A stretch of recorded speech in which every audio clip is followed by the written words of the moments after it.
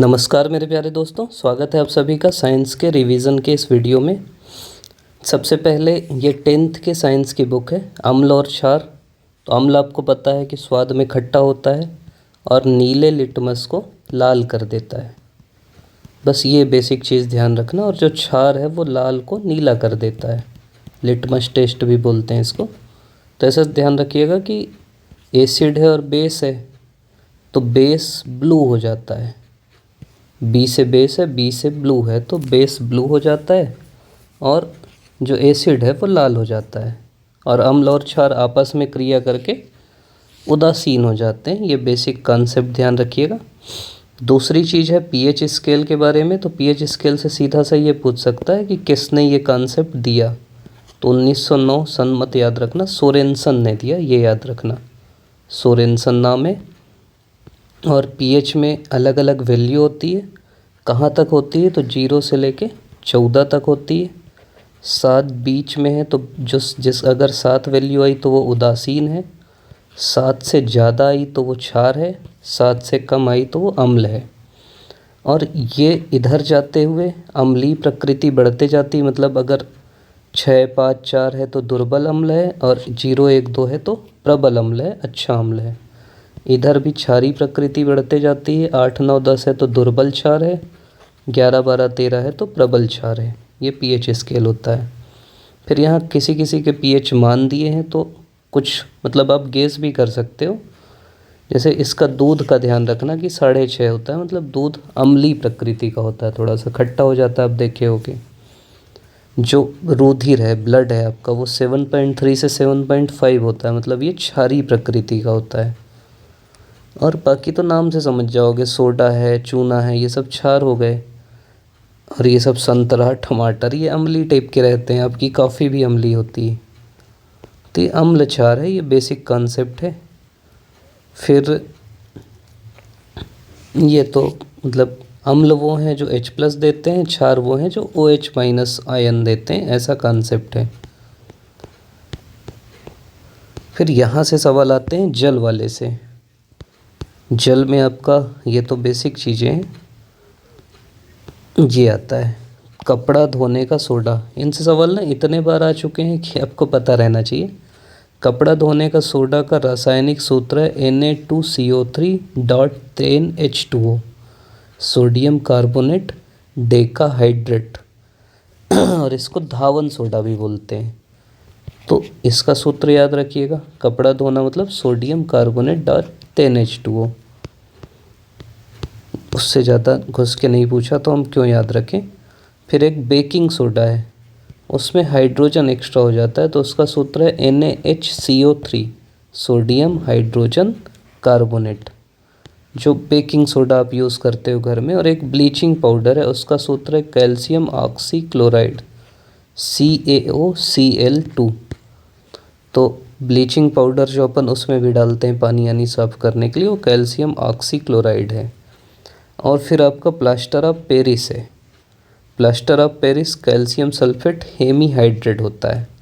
मतलब देखो, एक होता है जिप्सम जो होता है calcium sulphate dot 2H2O, Deka नहीं बोलते, दो को क्या बोलते हैं पता नहीं, तो डॉट 2H2O होता है। और यहाँ पे फिर हाफ H2O हो जाता है, इसको बोलते हैं प्लास्टर ऑफ पेरिस। तो दोनों में आपका कैल्शियम सल्फेट है। हाफ H2O मतलब आपका हो गया हेमीहाइड्रेट। तो प्लास्टर ऑफ पेरिस जनरली सफ़ेद रंग का चूर्ण होता है, और इसको अगर आप पानी में मिलाओगे तो जिप्सम बन जाता है। तो जैसे हड्डी हड्डी टूटती है ना, तो वही प्लास्टर ऑफ पेरिस का प्लास्टर चढ़ा देते हैं। जो प्लास्टर चढ़े रहते हैं मूर्ति, खिलौने, इनमें भी यूज़ होता है। उसके बाद फिर आपका चूना है। चूना कैल्शियम मेन होता है, उसी से सीमेंट बनता है। तो ये सब प्रक्रिया है ये आपको। अगर ग्लास आए तो ग्लास ये ध्यान रखना कि सिलिका और सिलिकेटों का मिश्रण है, मतलब इसमें मेन सिलिका डाइऑक्साइड होती है। तो जो आपका ग्लास रहता है वो उसी से बनता है। फिर ये कांच के निर्माण की अलग अलग प्रक्रिया है। बेसमेरीकरण लोहा बनाने में होता है। जल क्या होता है? चूने पे डालने पे उष्मा निकलती है। धावन सोडा है। विरंजक चूर्ण मतलब है bleaching powder, calcium oxychloride, plaster of Paris ये जो कैल्शियम सल्फेट डॉट 2H2O को 100 डिग्री तक गर्म करके बनाया जाता है, तो वो हेमीहाइड्रेट हो जाता है, ½ H2O। सीमेंट है, उसके बाद कांच है जिसमें सिलिकेट होते हैं। फिर आपकी आवर्त श्रेणी है। आवर्त श्रेणी, इसमें एक धातुएं हैं। धातुएं वो हैं जो मतलब आपको पता होगा कि जिनमें आवाज़ आती है, बाकी चीज़ें होती हैं, जिनको खींचा जा सकता है, तन्यता होती है, वो सब धातुएं होती हैं और उनमें स्वतंत्र इलेक्ट्रॉन होते हैं और धनायन बनाते हैं। उसमें फिर अलग अलग ब्लॉक होते हैं। एस ब्लॉक में ये सब धातुएं हैं, पी ब्लॉक में ये सब धातुएं हैं, एक डी ब्लॉक है और एफ ब्लॉक है।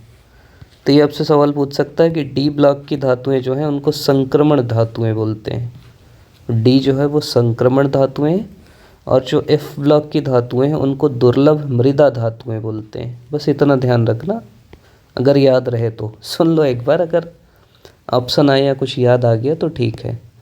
फिर ये क्रियाशील वाला है। सबसे ज़्यादा पोटेशियम है, सोडियम, कैल्शियम, मैग्नीशियम, एल्यूमिनियम, और सबसे कम क्रियाशील गोल्ड है। उससे ऊपर सिल्वर आता है। तो ये ध्यान रखिएगा कि ये सब ज़्यादा क्रियाशील वाले हैं, पोटेशियम सोडियम वाले, और सोना चांदी कम क्रियाशील हैं। धातुओं में एक खनिज होता है और एक अयस्क होता है। खनिज मतलब सभी कुछ, जो भी आप खन के निकाले वो खनिज है, और अयस्क मतलब जिस खनिज से धातु आपको कम खर्च में, सुविधाजनक रूप से और अधिक मात्रा में मिल सकती है, वो अयस्क कहलाता है। तो जैसे हेमेटाइट है, वो किसका है? लोहे की धातु है। Bauxite aluminium, limestone calcium carbonate, तो ये अलग अलग वो होते हैं, अयस्क होते हैं। धातुओं का जो संक्षारण है, कोरोजन होता है, मतलब उसमें जो जंग लगती है वो होती है गैसों और नमी द्वारा धातुओं में धीमी गति से अवांछित यौगिक सामान्यतः ऑक्साइड में बदल जाने की प्रक्रिया जंग लगना या संक्षारण कहलाती है। इसके ये अलग अलग हैं। इसको रोकने के अलग अलग प्रकार हैं, जैसे पेंट कर देते हैं, विद्युतीक रक्षण कर देते हैं। फिर मिश्र धातुएं हैं। मिश्र धातुएं मतलब धातु का किसी अन्य धातु या अधातु के साथ बना मिश्रण मिश्र धातु कहलाता है। अब ये आप ध्यान रखना कि जैसे स्टेनलेस स्टील किससे किससे बनती है, तो लोहा, क्रोमियम और निकेल, इससे स्टेनलेस स्टील बनती है। एल्निको में लोहा रहता है, एल एल्यूमिनियम, नी से निकेल, को से कोबाल्ट। पीतल में क्या रहता है? कॉपर और जिंक। कांसा में कॉपर और टिन। बेल मेटल में भी कॉपर और टिन रहेगा। ड्यूरेलियम में एल्यूमिनियम, कॉपर, मैग्नीशियम, मैग्नीज। और मैग्नेलियम में मैग्नीज और एल्यूमिनियम। नाम से ही पता चल रहा है, तो ये मिश्र धातुएं हैं। फिर हाइड्रोजन के बारे में है कि इसका कहाँ कहाँ यूज़ हो सकता है। नाइट्रोजन की खोज डेनियल रदरफोर्ड ने इस गैस की खोज की और इसका नाम अप्राण वायु रखा। तो नाम ध्यान रखिएगा कि रदरफोर्ड सबसे पहले ऐसे खोजा। और ऑक्सीजन को स्वीडन के रासायनिक सीले ने पारे के लाल ऑक्साइड को सूर्य की संकेंद्रित किरणों को प्राप्त किया, अग्निवायु रखा। फिर प्रिस्टले ने इस गैस को बनाया। इतना वैसे नहीं पूछता। धातुएं धातुएं हो गया। फिर कार्बनिक यौगिकों में आप ये ध्यान रखिएगा कि अल्कोहल एक होता है। अल्कोहल की अलग अलग संरचना रहती है, तो मतलब ROH हो गया, मतलब OH जनरली अल्कोहल में होता है। बहुलक एक पूछ सकता है, तो बहुलक में एक तो पॉलीथीन होती है, ये C2H4N होता है, मतलब N आपस में वो रहते हैं, बॉन्ड बना के रखते हैं। एक पॉलीवाइनिल क्लोराइड है, ये ऐसे बनती है। और एक टेफ्लॉन है, वो CF2 वाला होता है, CF2 बॉन्ड बनाते हैं, वो टेफ्लॉन कहलाता है। फिर सूर्य का है। सूर्य का हाइड्रोजन से बना है, उससे हीलियम बनता है। दो नाभिक संलिप्त होकर भारी हाइड्रोजन ड्यूटेरियम बनाते हैं। उसके बाद ड्यूटेरियम के 2 परमाणु हीलियम बनाते हैं, और इसी से सूर्य में संलयन होता है, और इसी से फिर सूर्य में इतनी गर्मी रहती है, अपने को ध्यान रखना है। फिर ये विबग्योर आप ध्यान रखे होंगे कि ये दृश्य प्रकाश होता है, इधर पराबैंगनी किरणें होती हैं और इधर अवरक्त किरणें होती हैं। नाभिकीय रिएक्टर में कभी कभी पूछ लेता है कि मंदक के रूप में किसको यूज़ करते हैं, तो भारी जल बेरिलियम ऑक्साइड और ग्रेफाइट, इन दोनों का यूज़ होता है मंदक के रूप में। फिर नियंत्रक के रूप में किसका यूज़ होता है, तो कैडमियम की छड़ों का यूज़ होता है नियंत्रक के रूप में। शीतलक के रूप में शीतल तो जल ही करेगा, और परिरक्षक मतलब चारों ओर जो दीवार रहती है। ये नाम ध्यान रखना। तारापुर कहाँ है, महाराष्ट्र में। राजस्थान तो राजस्थान है। इंदिरा गांधी कलपक्कम तमिलनाडु। नरोरा यूपी में। क्रेडा तो आप सुने ही होंगे। दर्पण होता है, अवतल दर्पण का यूज़ होता है दाढ़ी बनाने में। अवतल जनरली ना किसी भी चीज़ को बड़ा दिखाता है, जैसे ये छोटा है तो इसको बड़ा दिखाएगा, तो जैसे दाढ़ी बनाना है, नाक कान गला ये सब देखना है, टार्च सर्च लाइट इनमें यूज़ करना है। मैंने दाढ़ी याद रखना और डॉक्टर नाक कान गला। और जो आप गाड़ी चलाते हो ना उसमें उत्तल रहता है, छोटा सा दर्पण है, पीछे सब दिख जाता है ट्रैफिक देखने के लिए। परावर्तक के रूप में ये उत्तल दर्पण होता है। तो ये ध्यान रखिएगा कि अलग अलग दर्पण होते हैं। फिर प्रकाश का अपवर्तन जो होता है, जब प्रकाश विरल माध्यम से सघन माध्यम की तरफ जाता है तो थोड़ा सा वो इधर झुक जाता है, क्या बोलेंगे, अभिलंब की तरफ। तो ये नियम है बेसिक, उतना आपको ध्यान नहीं रखना है। अपवर्तनांक सबसे ज़्यादा होता है हीरे का 2.42। तो हीरे का हम लोग भी याद करते थे बचपन में, आप भी याद कर लेना। पूर्ण आंतरिक परिवर्तन। और हीरा क्यों चमकता है, मृग तृष्णा क्यों दिखती है, तो इसका कारण क्या है पूछा, तो उसका उत्तर हो जाएगा पूर्ण आंतरिक परावर्तन। बस हो गया, इतना ही ध्यान रखो। फिर लेंस का कहाँ कहाँ यूज़ होता है, तो रीडिंग लेंस के लिए उत्तल लेंस का प्रयोग होता है। घड़ी साज छोटे छोटे पुर्जे देखने के लिए उत्तल लेंस का यूज़ करता है। और चश्मों में भी यूज़ होता है, जैसे दूर दृष्टि दोष के लिए उत्तल लेंस और निकट दृष्टि दोष के लिए अवतल लेंस। ये ध्यान रखना, दूर देखना है तो उसके लिए उत्तल है, और निकट दृष्टि दोष है तो उसके लिए अवतल है। तो ये दो चीज़ें ध्यान रखना। फिर ये जो आपकी कॉर्निया है, मतलब ये आँख की संरचना है, इधर लेंस रहता है, आइरिस रहता है, पुतली रहती है, कॉर्निया रहती है, रेटिना होती है जहाँ पे जनरली वो बनता है, आपका चित्र बनता है, तो वो ध्यान रखिएगा। प्रतिबिंब बनने के लिए पर्दे का कार्य रेटिना ही करती है। फिर ऑप्टिक तंत्रिका रहती है, फिर नेत्र की एक क्रिया विधि है। देखिए निकट दृष्टि दोष क्या है, निकट की वस्तु देख लेता है, दूर की नहीं दिखाई देती। जनरली ये कन्फ्यूज़न आप पहली बार पढ़े होगे तो आपको लगा होगा कि निकट दृष्टि दोष मतलब निकट का नहीं दिखता होगा, तो निकट दृष्टि दोष में दूर का नहीं दिखता, और इसके लिए अवतल लेंस यूज़ करते हैं, ये ध्यान रखिएगा।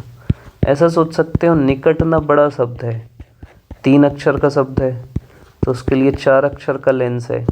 दूर दृष्टि दोष 2 अक्षर का शब्द है, तो उसके लिए 3 अक्षर का लेंस लगेगा। उत्तल 3 अक्षर का है जनरली, अवतल 4 अक्षर का है, तो निकट के लिए अवतल है और दूर के लिए उत्तल है, ऐसा कुछ सोच सकते हो। फिर जरा दृष्टि मतलब बुढ़ापे में जो नहीं दिखता वो जरा दृष्टि दोष है। और दृष्टि वैषम्य क्या है, जब आपके सम्मुख ऊर्ध्वाधर और क्षैतिज रेखाओं को अंतर स्पष्ट नहीं कर पाते तो दृष्टि वैषम्य है। कलर ब्लाइंडनेस, ये आप जब भी सेलेक्ट हो जाओगे तो ये चेक होगा आपका कि कलर ब्लाइंड तो नहीं हो। इसमें मतलब कलर को अपन समझ नहीं पाते, श्वेत श्याम ही, ब्लैक एंड वाइट ही दिखता है, जानवरों में जनरली वो होता है। फिर आपका ये है विद्युत विभव, विभवांतर। ओम का नियम ध्यान रखना कि जो V है वो I के प्रोपोर्शनल है, मतलब आपका जो अगर सभी परिस्थिति सामान्य है तो ये जो V है विभवांतर है वो I मतलब करंट के समानुपाती होता है। और फिर हम एक R वो ले आते हैं कांस्टेंट, तो V is to I R होता है। R मतलब रेजिस्टेंस होता है, और R इज V बटे I होता है। फिर एक आध बार आ चुका है इस टाइप का सवाल, तो इसलिए ध्यान रखना कि 22 ओम मतलब 22 ओम रेजिस्टेंस हो गया, विभव हो गया 220, तो आपसे आई निकालने के लिए बोला, तो 220/22, तो 10 एम्पियर आपका वो आ गया, करंट आ गया। फिर R is equal to rho L upon A, मतलब जो लेंथ है उसके रेजिस्टेंस समानुपाती होता है और एरिया के व्युत्क्रमानुपाती होता है। रेजिस्टेंस ऐसा कभी चित्र आ गया, वैसे नहीं आएगा कि ये 2 ओम है, ये 2 ओम है, ये 2 ओम है, तो अगर आपको बोला टोटल रेजिस्टेंस कितना है तो तीनों को जोड़ देते हैं। अगर सीरीज़ में लगा है सीधा सीधा R1 + R2 + R3 कर देते हैं, 2 दूनी 4 3 6।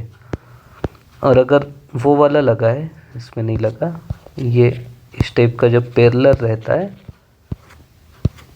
मान लीजिए ये 2 है, ये 2 है, ये 2 है, तो 1/2 1/2 और 1/2 ऐसे निकालते हैं। तो 2 और ऊपर 3 3/2, फिर इसको उल्टा कर देते हैं। मतलब सूत्र आपको याद होगा, 1/r is equal to 1/r1 + 1/r2 + 1/r3 इस टाइप का। देखो जैसे ये 2 2 2 2 है, तो 1/2 1/2 1/2 1/2 4/2 और r हो जाएगा 2/4। विद्युत धारा का प्रभाव अलग अलग है, ऊष्मीय प्रभाव है। फ्यूज़ मतलब होता है कि जो फ्यूज़ तार भी आपके कम गलनांक वाला जो तार रहता है उसको। विद्युत शक्ति क्या होती है, power is equal to V²/R। पहले आता था इस टाइप का सूत्र, अब तो जनरली नहीं आता। और अति भारण होता है, ओवरलोडिंग हो जाती है, शॉर्ट सर्किट हो जाता है, जब मतलब तार टच हो जाता है आपस में, विद्युत में तार और उदासीन तार आपस में मिल जाते हैं तो शॉर्ट सर्किट हो जाता है।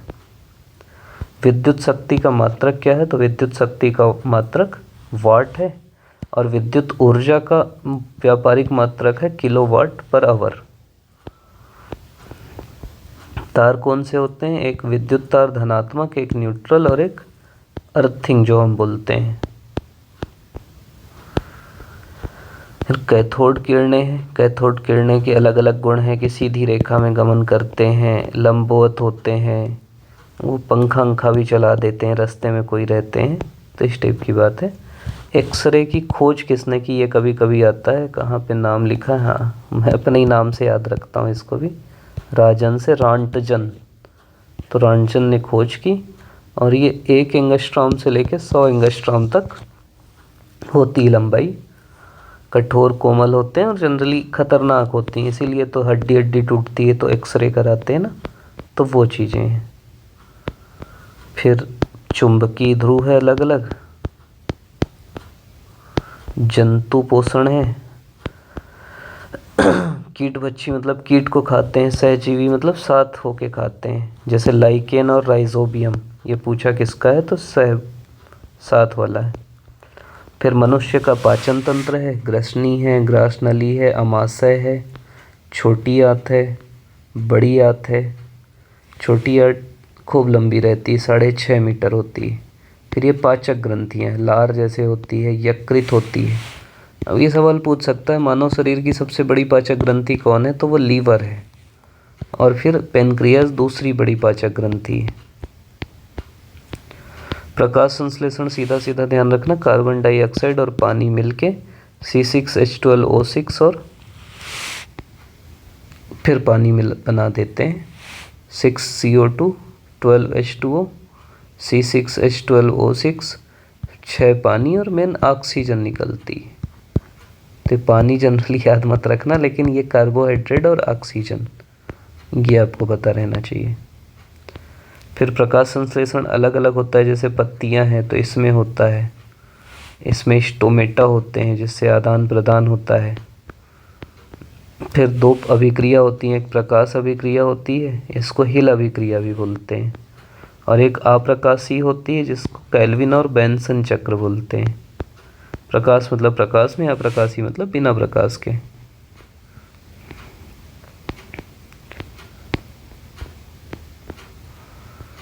फिर परिवहन विधियाँ, एक जाइलम होता है, जाइलम हिंदी में तो जाइलम ही लिखे रहेगा, एक फ्लोएम होता है।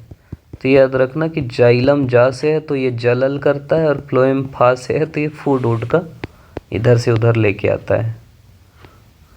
ऊर्जा आपकी ATP में रहती है, लाल रुधिर कणिकाएं होती हैं जिसको एरिथ्रोसाइट बोलते हैं। एरिथ्रोसाइट में भी आर है ना, तो एरिथ्रोसाइट लाल रुधिर है, आरबीसी जो बोलते हैं। श्वेत रुधिर कणिकाएं हैं जिनको ल्यूकोसाइट बोलते हैं। ये रंगहीन कणिकाएं हैं, केंद्रक युक्त, और इसमें केंद्रक नहीं होता आरबीसी में, और ये सुरक्षा गार्ड टाइप की रहती हैं, संक्रमण से रक्षा करती हैं। और एक रुधिर प्लेटलेट्स या थ्रम्बोसाइट है जो गोल रंगहीन कणिकाएं हैं जो थक्का जमाती हैं। फिर एक प्लाज्मा है। प्लाज्मा मतलब होता है सीरम प्लस फाइब्रिनोजन, ये दोनों मिला के प्लाज्मा बनाते हैं। फिर रक्त के अलग अलग काम है, जैसे धमनियाँ जो हैं शुद्ध रक्त लेके जाती हैं और सिराएं जो हैं अशुद्ध रक्त लेके जाती हैं, धमनी सिरा। फिर दिल का अलग अलग है कि आलिंद होता है, निलय होता है, ऐसे नोड होता है, लसिका होती है। रुधिर का थक्का जमना मतलब सबसे पहले रुधिर प्लेटलेट्स जो हैं वायु के संपर्क में थ्रोम्बोप्लास्टिन बनाते हैं, जो थ्रोम्बिन को थ्रोम्बिन में चेंज करते हैं, और वो फिर थ्रोम्बिन फाइब्रिनोजन्स के साथ मिलके फाइब्रिन बनाती है, जिससे थक्का जम जाता है। ये ध्यान रखिएगा कि कौन सा रक्त किसको दे सकते हैं, ये अलग अलग चीज़ है ना। जो समूह ए है उसका एंटीजन ए है, तो जो रुधिर समूह ए बी है उसको यूनिवर्सल रेसिपिएंट बोलते हैं। अगर आपके पास ए बी है तो आप किसी से भी ले सकते हो, और अगर आपका ओ है, खासकर ओ पॉजिटिव, तो आप किसी को भी दे सकते हो, ये ध्यान रखिएगा। फिर आरएच फैक्टर होता है, लैंडस्टेनर और पीनर ने बंदर में खोज की थी इसकी, ये कभी कभी पूछता है। ये पादप हार्मोन है, ऑक्सिन, जिब्रेलिन, साइटोकानिन, एबीसिस और इथिलीन। मैंने इथिलीन पूछता है जो पकने में मदद करता है। ऑक्सिन तो आपका दीर्घीकरण, बीज रहित फल सब काम करता है। जिब्रेलिन, जेब्रा से याद रखना कि कोई छोटा सा पेड़ है उसको बड़ा कर देगा जिब्रेलिन। साइटोकाइनिन सेल डिवीज़न कर देगा। जिब्रेलिन जो है ग्रोथ हार्मोन, ये है, ये ऐसे बड़ा है, ये इसमें डाल दोगे तो ऐसे हो जाएगा। साइटोकाइनिन जो है विभाजन करता है। एब्सिसिक जो है प्राकृतिक रूप से वृद्धि रोधक पदार्थ है। और एथिलीन क्या है, गैसीय प्राकृतिक वृद्धि। तो पहली चीज़ ये गैसीय है और पकाने वाला हार्मोन बोलते हैं इथिलीन को। फिर मानव तंत्रिका तंत्र है, फिर मानव मस्तिष्क है, इसमें अलग अलग चीज़ें रहती है, जैसे हाइपोथैलामस है, ये भी मस्तिष्क में ही रहता है। कार्पोरा क्वाड्रिजेमिना है, सेरिबेलम है, पॉन्स है। फिर ग्रंथि है, जैसे थायराइड ग्रंथि है जो थायरॉक्सिन हार्मोन करती है, उपापचय करती है। फिर पिट्यूटरी पीयूष ग्रंथि है जिसको मास्टर ग्रंथि बोलते हैं। आपसे पूछ सकता है कि मास्टर ग्रंथि किसको बोलते हैं, तो पीयूष, क्योंकि ये बहुत सारे काम करता है। थैरोट्रॉपिक हार्मोन, एडिनोट्रॉपिक, फॉलिकल, ये सब अलग अलग। और पेनक्रियाज जो है इंसुलिन से होता है। तो ये अलग अलग आपके हार्मोन है। फिर अनुवांशिक लक्षण मेंडलवाद, तो मेंडल जो है ये अनुवांशिकता की व्याख्या किया था कि कैसे कैसे होता है, प्रभावी लक्षण क्या होते हैं, बाकी चीज़ें क्या होती हैं, तो वो ध्यान रखिएगा। एक ये मेरे को लगा पूछ सकता है, ये जो गुणसूत्र है क्रोमोसोम, इसकी खोज कौन किया, तो इसकी खोज वॉल्डेयर किया। नाम ध्यान रखना, वॉल्डेयर, क्रोमोसोम की खोज किया। फिर डीएनए, डाईऑक्सीराइबो न्यूक्लिक एसिड, और वाटसन और क्रिक ने 53 में डीएनए का मॉडल तैयार किया, डबल हेलिकल मॉडल जो होता है। उसके बाद जीन होते हैं अलग अलग जो जाते हैं। फिर मनुष्य की प्रत्येक कोशिका में 23 जोड़ी गुणसूत्र पाए जाते हैं, 22 जोड़ी एक समान होते हैं, और एक जोड़ी जो होते हैं उसी से लिंग निर्धारण होता है। 44 ऑटोसोम और 2 जो है लिंग गुणसूत्र होते हैं। फिर कार्बनिक विकास में एक ही नाम याद रखना कि ओपेरिन ने परिकल्पना थी, रूस का व्यक्ति था, उसने परिकल्पना की। तो ये हमारा 10th का बुक है मोटा मोटा। मतलब मैं जनरली ना नहीं चाहता कि मतलब इतने कमेंट अब आ भी रहे हैं आप लोग के कि भैया रहन दो, डर लग रहा है, तो मेरे को लग रहा है यार और बनाते जाएंगे तो और डर मत लगे आप लोग को। तो इसीलिए ना मैं जनरली नहीं बना रहा हूँ वीडियो। आप लोग खुद भी बोल रहे, साइंस का बहुत ज़्यादा माहौल बना, इसलिए मैं बोला कि चलो बना लेते हैं कि हो सकता है आप लोग को ठीक लगे पढ़ने में। तो आप लोग पढ़ रहे हैं उसके लिए आपका बहुत बहुत धन्यवाद। और बताना मेन ना, अब डरो मत। मतलब मैं कुछ चीज़ें अगर आपको बताऊं कि भाई डरो मत, बहुत पढ़ो भी मत। मैं इसलिए भी बना दिया कि चलो डरते डरते रहेंगे तो देख लेंगे, टाइम पास टाइप का। तो डरो मत, बहुत पढ़ो मत। अब जो भी आप पढ़ोगे वो कुछ नहीं आएगा। मत सोचो ज़्यादा। अब आपका ना जो मेंटल चीज़ है वही आपको काम देगा। तो आराम से कूल रहो, काम रहो। और अगर आप सीरियस एस्पिरेंट हो तो ये मानो कि एक दो सवाल से ही चूकोगे या एक दो नंबर से ही चूकोगे। तो अब ना बहुत आपको वही फोकस करना है कि सिली मिस्टेक नहीं करना है एग्ज़ाम में। आपको ये मानना है कि आपको एग्ज़ाम आप खुद हरा सकते हो, मतलब आप खुद चाहोगे ना तभी फेल होगे। तो आपको फिर बढ़िया से पढ़ना है, अच्छे से पढ़ना है। और पढ़ने से ज़्यादा एग्ज़ाम हॉल में जो भी आप पढ़े उसको एग्जीक्यूट करना है। तब हर सवाल कोशिश करना ध्यान से पढ़ना, ध्यान से उसको समझना। कैसा भी सवाल आ जाए, पीएससी में हो सकता है कि 70 भी कट ऑफ चल दे, मतलब आप पास हो गए तो आप क्लियर कर लिए।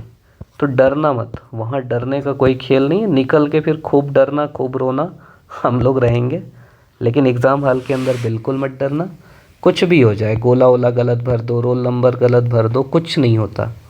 मतलब लोग सेलेक्ट हुए हैं गलत रोल नंबर भर के, तो भरना गलत मत, लेकिन ऐसा कुछ मत करना। और फालतू का ब्लंडर मत करना। सेंटर एंटर देख लेना। अभी एक मैसेज आया था, भैया 2 घंटे पहले जाना ज़रूरी है क्या, मैं 9 बजे पहुंचूंगा। भाई ऐसे बहुत लोग को मैं जानता हूँ, हम अपने सेंटर से वापस करना पड़ता है हम लोग को। मतलब वो नियम है ना। भले बच्चे अंदर फुर्सत बैठे रहें, लेकिन नियम है कि आपको पहले बैठना है। तो 8 बजे बुला रहे हैं तो तुम 7 ही बजे चल दो, क्या दिक्कत है? घर में क्या करोगे? वहीं जाके सो लेना अंदर बैठ के। सब सोते हैं अंदर जाके। और जल्दी पहुंच के ना सही में सो जाना, कोई दिक्कत नहीं है। कपड़ा जो बोल रहा है पीएससी वैसा खरीद लो भाई, नहीं है तो सफ़ेद शर्ट पहन लो, एक आध और रख लेना। चप्पल पहन लो बढ़िया पैरागॉन वाली, क्योंकि और कुछ भी पहन के जाओगे तो उतरवा ही देंगे। तो मंदिर है ऐसा मान के चल देना, कोई दिक्कत नहीं, काटा तो रहेगा नहीं वहाँ। तो आराम से जाना, कुछ भी हो जाए। भाई तुम्हारा बाहीं यहीं काट दें, काटवा लेना, कुछ नहीं होता। सोना चांदी मत पहन के जाना। और आराम से जाना, चिल होके जाना। और अब अगले 1-2 दिन चिल रहो। इसीलिए मैं नहीं बना रहा हूँ। और कोई ऐसा बिल्कुल ज़रूरी वीडियो हो तो बता देना यार, ज़्यादा कमेंट करोगे। साइंस का ज़्यादा आ रहा था इसलिए बना दिया। 2 कारण है। पहला कारण तो मेरा सिस्टम गड़बड़ा गया है, इतने ज़रूरी टाइम में बताओ वो ऐसा हो गया कि दिक्कत आ गई। तो इसमें पढ़ाने में अब आप लोग को भी मज़ा नहीं आता होगा पढ़ने में, कि टैबलेट में बस वो बात सुनाई दे रही।